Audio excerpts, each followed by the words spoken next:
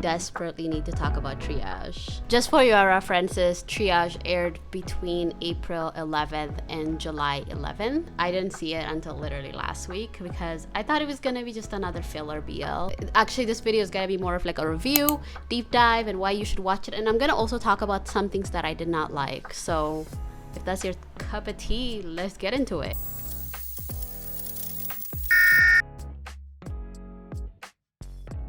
So the casting and the crew is the first thing that was really interesting to me with the show. So Tae, he's on that show with Singto, or Paint with Love.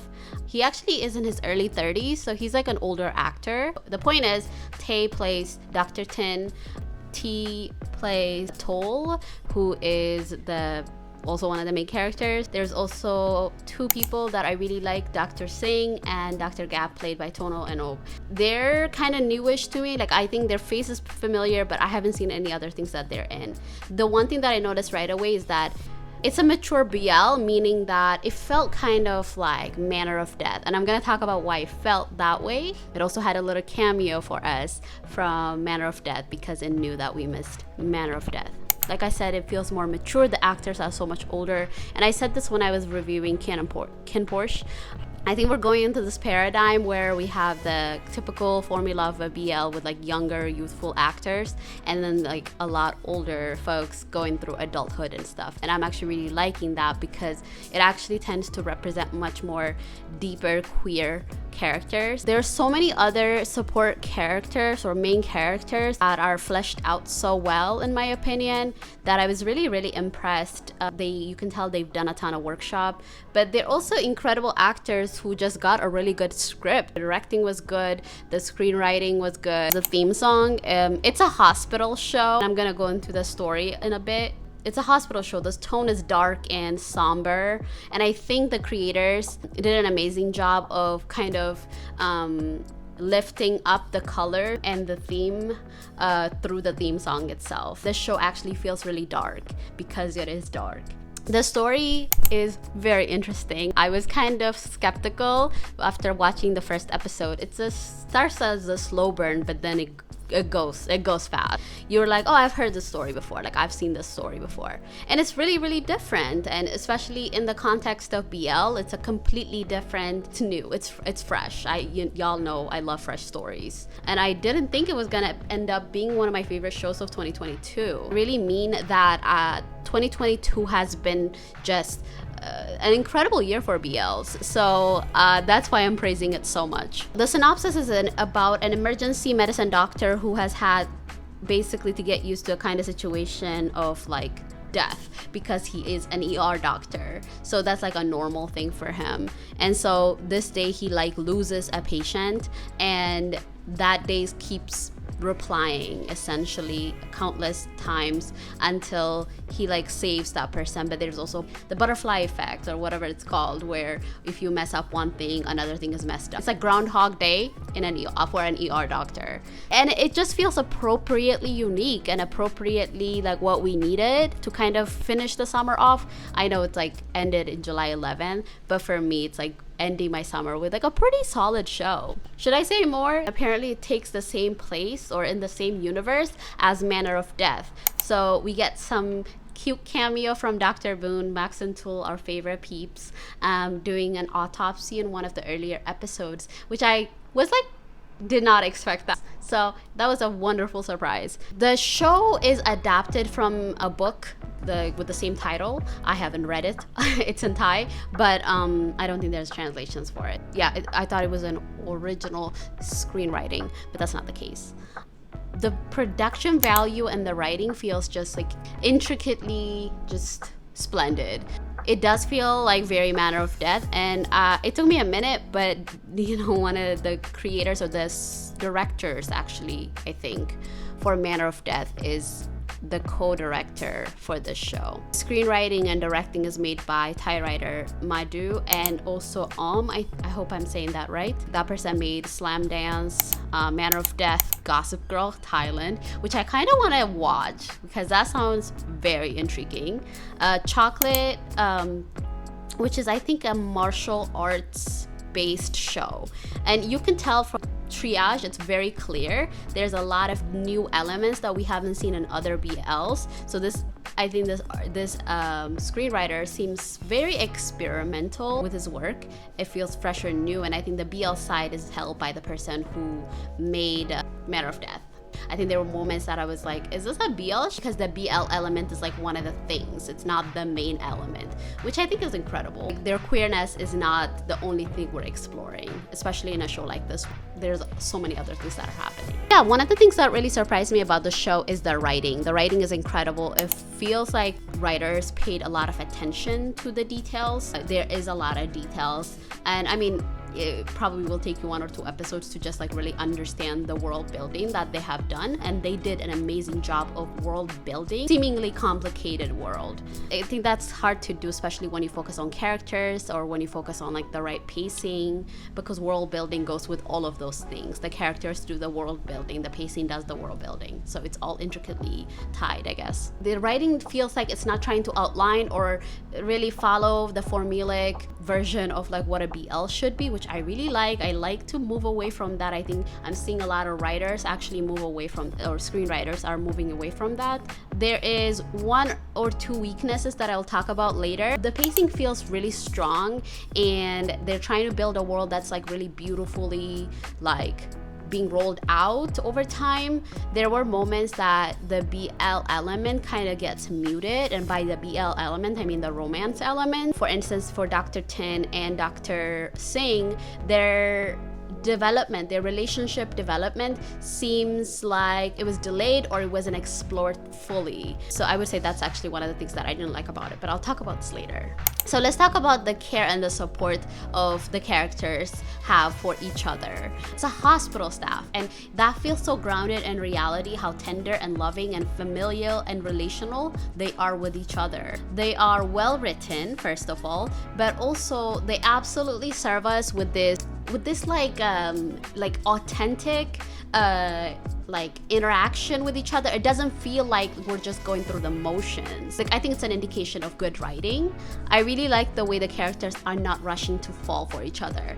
When I say the romance is slow burn, I mean really it's slow burn. The characters did not even know they were into each other until like the 6th or the 7th episode, which I really, really like. I'm a slow burn bitch. So that is great, but also it allowed me to kind of focus on the world building and not so much about the romantic interaction of the main characters and the support characters, because sometimes that could be actually overwhelming, and that can actually mute the actual world building that's happening, and it doesn't allow you to pay a lot of attention to the actual plot that is outside of the romantic relationship between the characters. I also think that the characters are deeply flawed, and sometimes really deeply full of themselves, and sometimes really sinister, which actually really goes in the way that they work, in the place that they work. They're supposed to be like savior people, right? Like they're doctors, and so it didn't portray them in this like purity like way of thinking about this profession or who they are as people,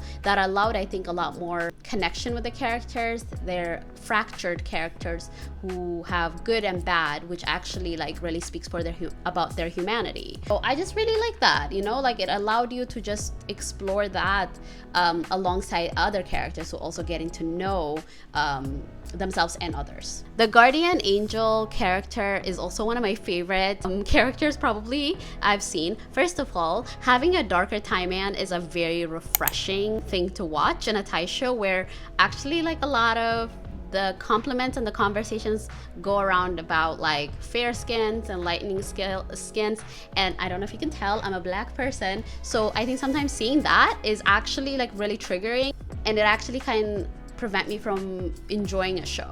Not only was there like the presence of a darker Thai man, he was also well written, he was charming, he moved really smoothly with the characters, he also built relationships with the people that he's interacting with, even though he's supposed to be this like figment of our imagination character. Sorry, spoiler alert if you haven't seen it. And I think that's like the result of good writing more than anything, but also obviously good like casting as well. I also really like the casual presence of queer characters sprinkled throughout the show besides the main characters. When they're doing establishing shots, which is like the shots in between like scene, the cut, they had a couple of moments where they just had queer characters that are not even mentioned by name or are not like main characters or support characters in any way, but they're just enjoying each other's company. Two examples that I can come up with is at the party that Toll had, and then also there were like two nurses, like, which is like very rare to see like femme characters being lovey-dovey with each other, and they're just like unnamed.